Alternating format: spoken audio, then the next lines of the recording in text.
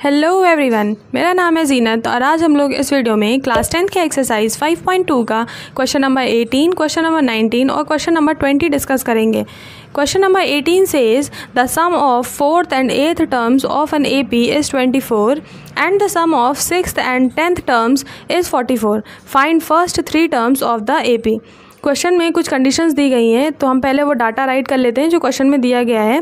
Question का explanation अगर देखें तो कहा जा रहा है कि 4th टर्म और 8th टर्म को जब ऐड कर रहे हैं, सम कर रहे हैं, तो आंसर आ रहा है 24 किसी एक AP का, और उसी AP का जब हम 6th टर्म और 10th टर्म को ऐड कर रहे हैं, उसका सम कर रहे हैं, तो आ रहा है 44।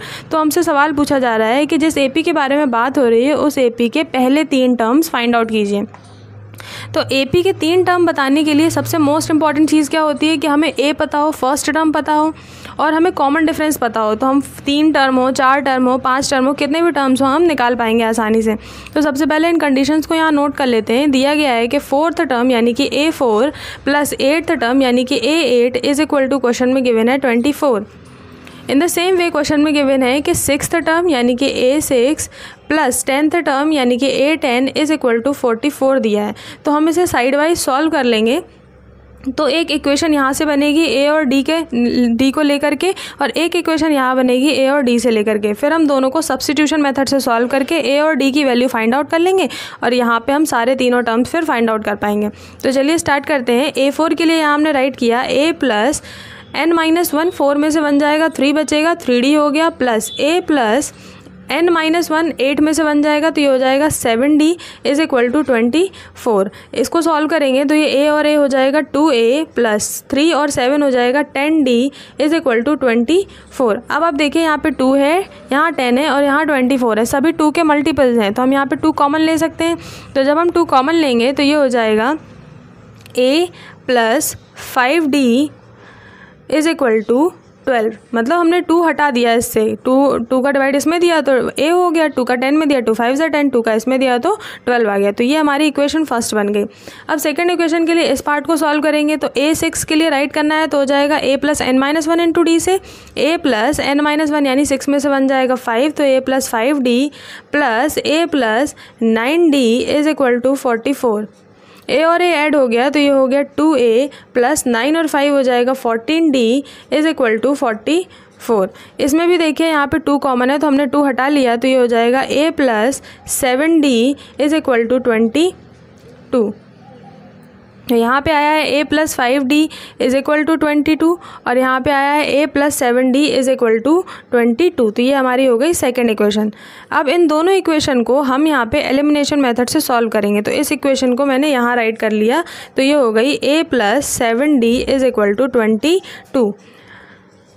तो किसी एक टर्म को हमें एलिमिनेट करना है, तो इसके लिए मैंने A को चूज़ किया। एलिमिनेट करने के लिए हम इन दोनों इक्वेशन को सब्ट्रैक्ट कर देंगे, तो ये सारे साइन चेंज हो जाएंगे। प्लस का A माइनस A, प्लस का 7D माइनस का 7D, प्लस का 22 माइनस का 22 हो जाएगा। A से A हो जाएगा कैंसिल, -7 प्लस 5 सॉल्व करेंगे तो आ जाएगा -2D, और -22 और 12 को सॉल्व करेंगे तो यहाँ पे आ जाएगा माइनस का 10। तो D की वैल्यू फाइंड आउट करेंगे तो 2 5 10, D की वैल्यू आ जाएगी 5, और माइनस से माइनस ये हो गया प्लस, तो D तो 5 हो गया।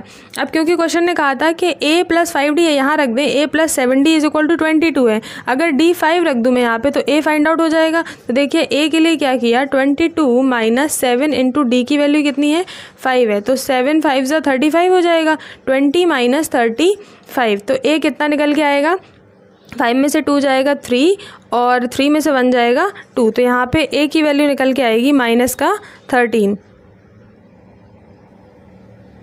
5 में से 2 गया 3 और 3 में से 2 गया 1 और माइनस का 35 था, इसलिए माइनस का आंसर आया है यहाँ पे, माइनस का 13 आएगा। तो हमारा फर्स्ट टर्म कितना है, -13।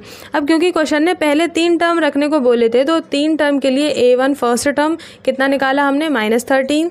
अगर हमें A2 चाहिए है तो A2 के लिए फर्स्ट टर्म -13 में कॉमन डिफरेंस D ऐड करना होगा, तो 13 में 5 को ऐड करेंगे या सब्ट्रैक्ट ही हो जाएगा ये, तो ये आ जाएगा -8। और A3 निकालने के लिए सेकंड टर्म यानी कि -8 में हम 5 ऐड करेंगे, तो ये हो जाएगा -3। तो हमारे पास जो आंसर होगा फर्स्ट टर्म का -13, सेकेंड टर्म के लिए -8 और थर्ड टर्म के लिए -3। क्वेश्चन नंबर 19 में दिया गया है Subba Rao started work in 1995 at an annual salary of ₹5,000 and received an increment at ₹200 each year. In which year did his income reach ₹7,000। कोई सुब्बा राव एक पर्सन है जिन्होंने 1995 में काम करना शुरू किया था, तब उनकी एनुअल सैलरी 5,000 रुपीज़ थी। उन्हें बोला गया था कि हर साल एक इंक्रीमेंट होगा 200 रुपीज़ का। तो हमसे पूछा जा रहा है कि कौन सी साल में, यानी कितने सालों के बाद उनका इनकम जो है वो 7,000 रुपीज़ हो जाएगा। तो ये एक जो कंडीशन दी गई है ये हमें एक एपी की तरह साउंड कर रही है, क्योंकि एपी में भी देखिए एक टर्म होता है जो कि हर बार एक इक्वल कॉमन डिफरेंस से बढ़ता जाता है। ऐसे ही कुछ कंडीशन यहाँ पे भी है कि उनकी जो फर्स्ट टर्म थी, यानी जो उनकी फ़र्स्ट सैलरी थी वो 5,000 थी। ठीक है, हर साल उनकी सैलरी जो इंक्रीमेंट होनी है वो है 200 रुपीज़। तो डी हमारा हो गया 200, क्योंकि हर साल जो बढ़ रहा है तो इक्वल अमाउंट से 200 बढ़ेगा ना, तो कॉमन डिफरेंस की तरह साउंड कर रहा है ये।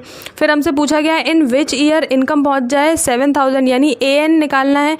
एन दिया गया है 7,000 और हमें एन चाहिए कि किस ईयर में एन की किस वैल्यू पे जो इनका जो सैलरी है वो 7,000 रुपीज़ हो जाएगी। तो हम लोग इसको इस तरीके से सॉल्व करेंगे और यहाँ पे ए एन का फॉर्मूला ओपन करके एन की वैल्यू को फाइंड आउट करने की कोशिश करेंगे। तो देखिए मैंने यहाँ पे ए एन का फॉर्मूला राइट किया। A n is equal to a plus n minus 1 into d. A n की वैल्यू जो क्वेश्चन में दी गई है वो है 7,000 इज इक्वल टू ए की वैल्यू है 5,000 प्लस n माइनस 1। n तो हमें फाइंड आउट करना है और d यानी कॉमन डिफरेंस कितना है 200, क्योंकि हर साल जो इंक्रीमेंट हो रहा है उनकी सैलरी में वो है 200 रुपीज़। तो देखिए 7,000 ये 5,000 प्लस का है, इक्वल किस तरफ आएगा, तो 7,000 में 5,000 सब्ट्रैक्ट हो जाएगा तो यहाँ पे आ जाएगा 2,000 इज इक्वल टू n इस ब्रैकेट में 200 का मल्टीप्लाई करा देंगे तो ये हो जाएगा 200n माइनस 200। अब देखिए इस n को सिंगल रखेंगे, ये 200 माइनस का इक्वल के इस तरफ आएगा, प्लस में हो जाएगा। 2,000 में 200 ऐड करेंगे तो ये हो गया 2200 इज इक्वल टू 200n। अब अगर n फाइंड आउट करना है तो इसको डिवाइड में लाना पड़ेगा, तो ये हो जाएगा 2200 अपॉन 200। जब हम डिवाइड देंगे तो ये 0 से 0 कैंसिल हो जाएंगे। 2 का डिवाइड 22 में देंगे तो 11 आ जाएगा। यानी किस साल उनकी इनकम 7,000 पहुँचेगी, तो हम आंसर देंगे कि 11th ईयर में जो सुब्बा राव पर्सन है उनकी इनकम जो है वो 7,000 रुपीज़ हो जाएगी। Question number 20 says Ramkali saved ₹5 in first week of a year and then increased her weekly savings by ₹1.75. If in the nth week her weekly savings become ₹20.75, find n। सबसे पहले question समझिए क्या कहा जा रहा है। अगर ये क्वेश्चन ऐसे अलग से राइट होगा तो समझ में आना चाहिए हमें कि ये एपी की तरफ हमें ले जा रहा है। कैसे समझ में आएगी ये बात, तो देखिए रामकली एक गर्ल है, कोई लेडी है जो कि अपने फर्स्ट वीक में, ईयर के फर्स्ट वीक में 5 रुपये सेव करती हैं and then increase their weekly savings, और फिर अपनी वीकली सेविंग्स को 1.75 से इंक्रीज़ करती हैं। यानी अगर एक बार 5 रुपीज़ सेव किए तो अब अगली बार उनकी कोशिश रहेगी कि वो 6.75 रुपीज़ सेव करें, अगली बार 1.75 और बढ़ाने की कोशिश करेंगी। तो क्वेश्चन हमसे पूछ रहा है कि कितने हफ्ते लग जाएंगे, उन्हें n की वैल्यू बताइए कि कितने हफ्ते लग जाएंगे ताकि उनकी जो सेविंग है वो 20.75 हो जाए। तो ये एक एपी की तरह है, क्योंकि यहाँ पे कोई फर्स्ट टर्म है जो कि एक कॉमन डिफरेंस से बढ़ रहा है जो कि है 1.75। देखिए 5 जो रुपीज़ हैं वो 1.75 बढ़ेंगे, फिर जो आएगा फिर उसमें 1.75 बढ़ेगा नेक्स्ट वीक में फिर 1.75 बढ़ेगा। तो ये कॉमन डिफरेंस की तरह साउंड कर रहा है, ये फर्स्ट टर्म की तरह साउंड कर रहा है, और इन्होंने हमें ए एन दे करके एन की वैल्यू पूछी है। तो देखिए सारा डाटा राइट कर लेते हैं। First term A is equal to 5 है, एन हमें फाइंड आउट करना है। हमारे पास जो ए एन है वो इन्होंने दिया है 20.75 और जो कॉमन डिफरेंस डी है वो है 1.75। तो बस हमें ए एन के फॉर्मूले में सारी वैल्यूज़ रखनी है और एन की वैल्यू फाइंड आउट करनी है। तो राइट कर लेते हैं यहाँ पे a n is equal to 20.75। A n का फॉर्मूला होता है a plus n minus 1 into d is equal to 20.75। A की वैल्यू 5 है प्लस एन हमें फाइंड आउट करना है और डी की वैल्यू है 1.75 इज इक्वल टू हो गया 20.75। देखिए 5 यहाँ पे प्लस में है, इक्वल के उस तरफ जाएगा सब्ट्रैक्ट हो जाएगा, तो 20 में से 5 जाएगा 15 बचेगा, 15.75। अब 1.75 का मल्टीप्लाई इस ब्रैकेट में करा देंगे तो ये हो गया 1.75n माइनस 1.75। ये माइनस का 1.75 इक्वल के उस तरफ जाएगा, प्लस का हो जाएगा, ये दोनों नंबर्स ऐड हो जाएंगे। तो यहीं से ऐड करते हैं 5 5 10 की 0, कैरी आई 1, 7 7 14 और 1 15 की 5, कैरी आई 1, तो ये हो गया 2, 1 और 1 2 और 5 7 पॉइंट का पॉइंट रख दिया हमने और यहाँ पे 1 का 1 आ गया, तो यहाँ आया 17.50 और ये क्या राइट होगा यहाँ पे 1.75 n निकालने के लिए इस 1.75 को डिवाइड में जाना होगा, तो ये हो जाएगा 17.50 डिवाइडेड बाई 1.75। तो दोनों पॉइंट से दोनों पॉइंट कैंसिल हो जाएंगे और ये डिवाइड 10 टाइम्स चला जाएगा, तो n की वैल्यू क्या आ जाएगी 10 आ जाएगी। यानी कि किस वीक में, तो हम कहेंगे 10th वीक में ये जो लेडी है रामकली वो अपनी सेविंग्स को 20.75 तक ले जा पाएंगी और यही हमारे इस क्वेश्चन का आंसर हो जाएगा।